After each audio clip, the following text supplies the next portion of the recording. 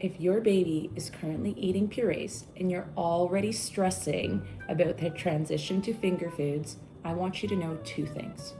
First off, that's completely normal. And secondly, you're probably doing better than you think. Because 4 years ago, when my first son was going through that transition, I was convinced I was doing something wrong. I questioned everything that was going into his mouth when it came to finger foods.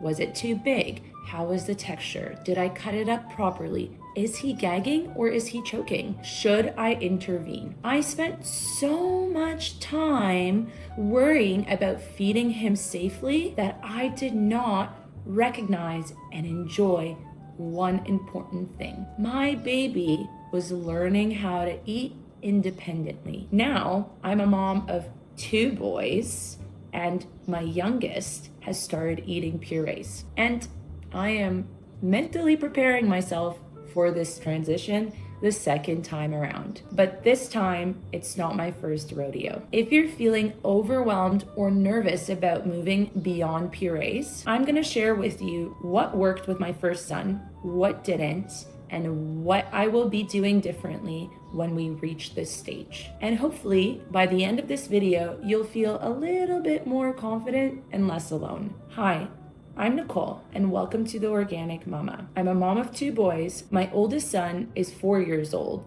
and my youngest is 5 months old, who has recently started purees. It's funny, every time I give my baby a spoonful of sweet potato purees, I get these flashbacks of going through a transition with my oldest. At the time, I thought that starting solids was going to be the hardest part. What I didn't realize was the transition from purees to solid food is actually a different type of challenge. Looking back now, I can tell you something confidently. I worried about this stage more than I needed to. So today, I'm gonna share with you what that experience was really like, the signs that helped me know that my oldest was ready, the foods that worked well for us, and a few things that I'll be doing differently this time around. One of the strangest things about parenting is how quickly everything changes. I still remember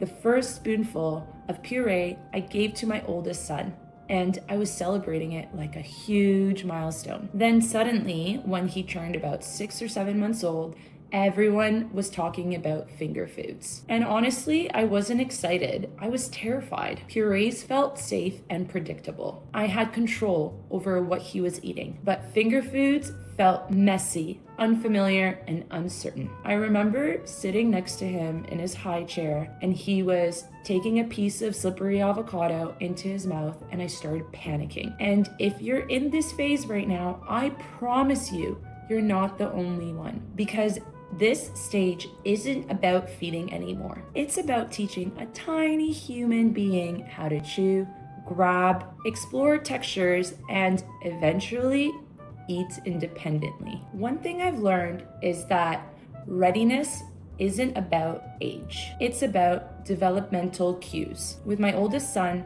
a few things started happening at the same time. He was sitting independently, his head and neck control was strong, and he was bringing everything to his mouth. And most importantly, he became obsessed with our food and what we were eating. Every meal felt like he was studying us, just looking at our plate, watching every bite, curious of what are they eating, and wanting whatever we had. I also noticed he was becoming more interested in feeding himself.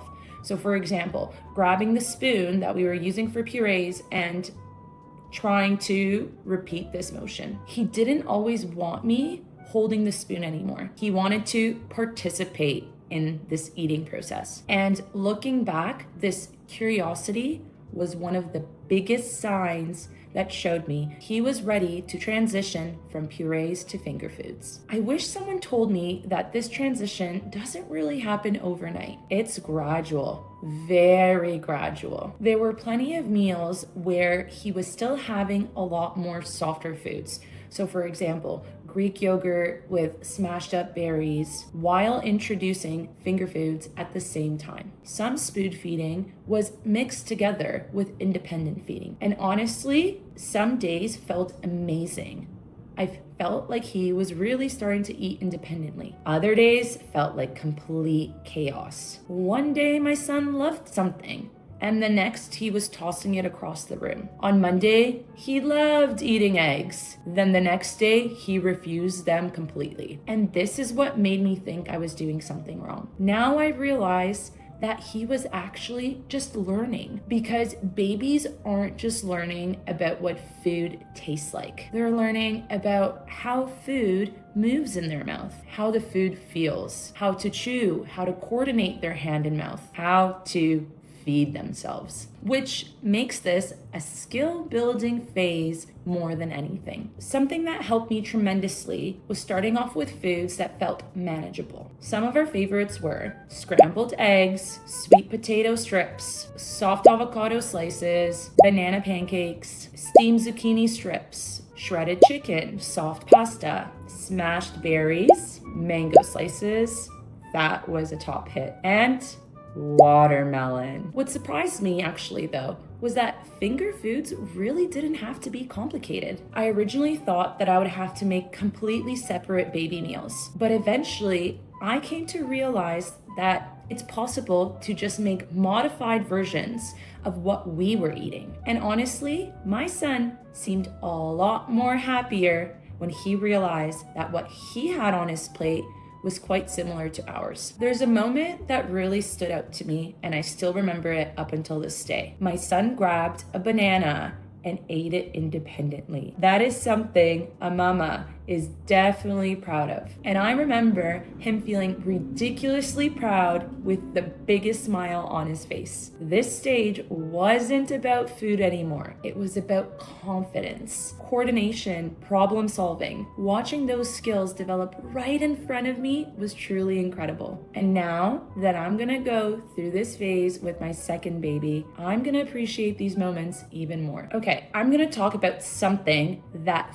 freaks us out the most. Choking versus gagging. Gagging. The first time it happened, I completely froze because no one really prepares you for how traumatic gagging can actually look. So I looked up the differences, and this helped me out tremendously. Gagging is often loud. There's coughing, noise. It's part of how babies learn to eat their food safely. Choking is very different. It's silent and requires immediate attention. I took an infant CPR course, and honestly, it wasn't because I was expecting something bad to happen. This knowledge just gave me some more confidence, and confidence makes a huge difference during this stage. I also learned not to panic at every gag. As difficult as it was, I had to accept that it was part of the learning process. So let me share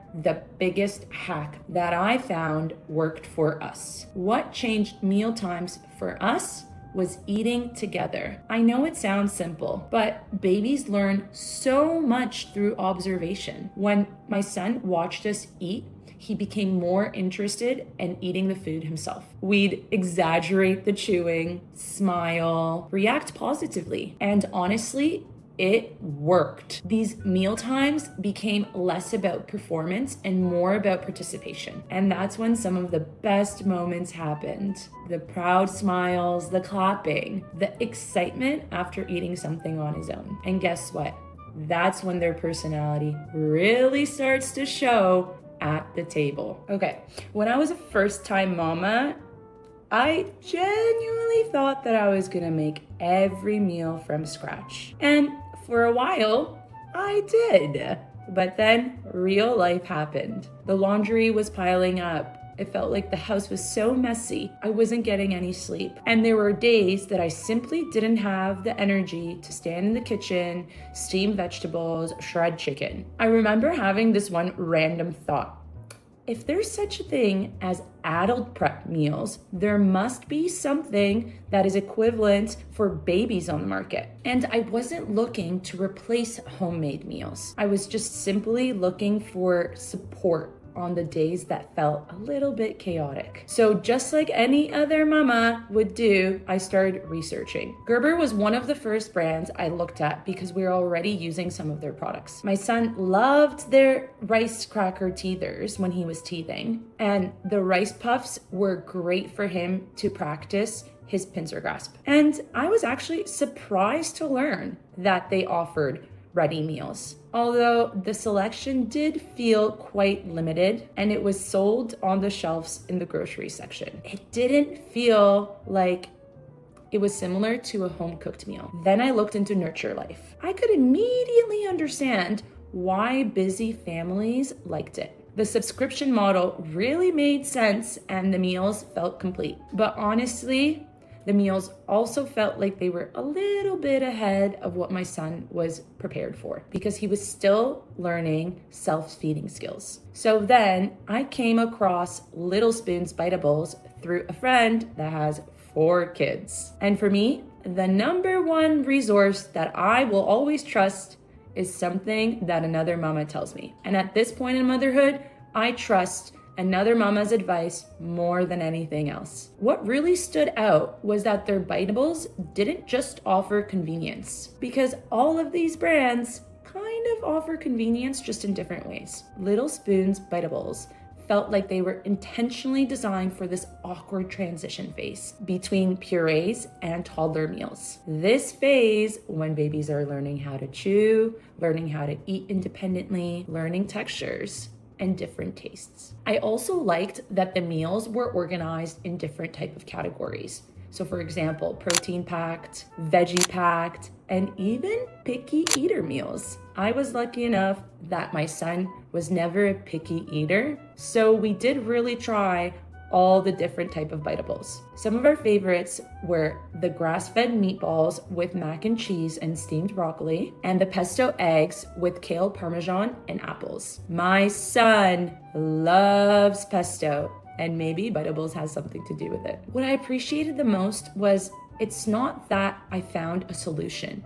It was just that I had a different option, because convenience allows us to stay somewhat consistent. And looking back, having a great balance between homemade cooked meals and ready-made options really helped reduce the amount of pressure that I was putting on myself. Now that my youngest has started eating purees, I've been thinking a lot about what am I going to do differently this time around. The biggest thing, less pressure. With my first, I treated everything like a developmental event. I analyzed everything more than I should have. This time, I know that progress isn't always linear. Some meals are gonna be successful and others won't, and that's okay. The goal isn't about perfection. The goal is confidence for both my baby and me. Looking back, the biggest lesson I really learned is that this stage feels a lot more scarier before you're in it. Yes, it's messy and stressful at times, but it's also one of the most exciting stages to watch. 4 years ago, I was a mom that was worried about every single avocado slice. Now I'm getting ready to do it all over again with baby number 2. And if there's one thing that I really know this time around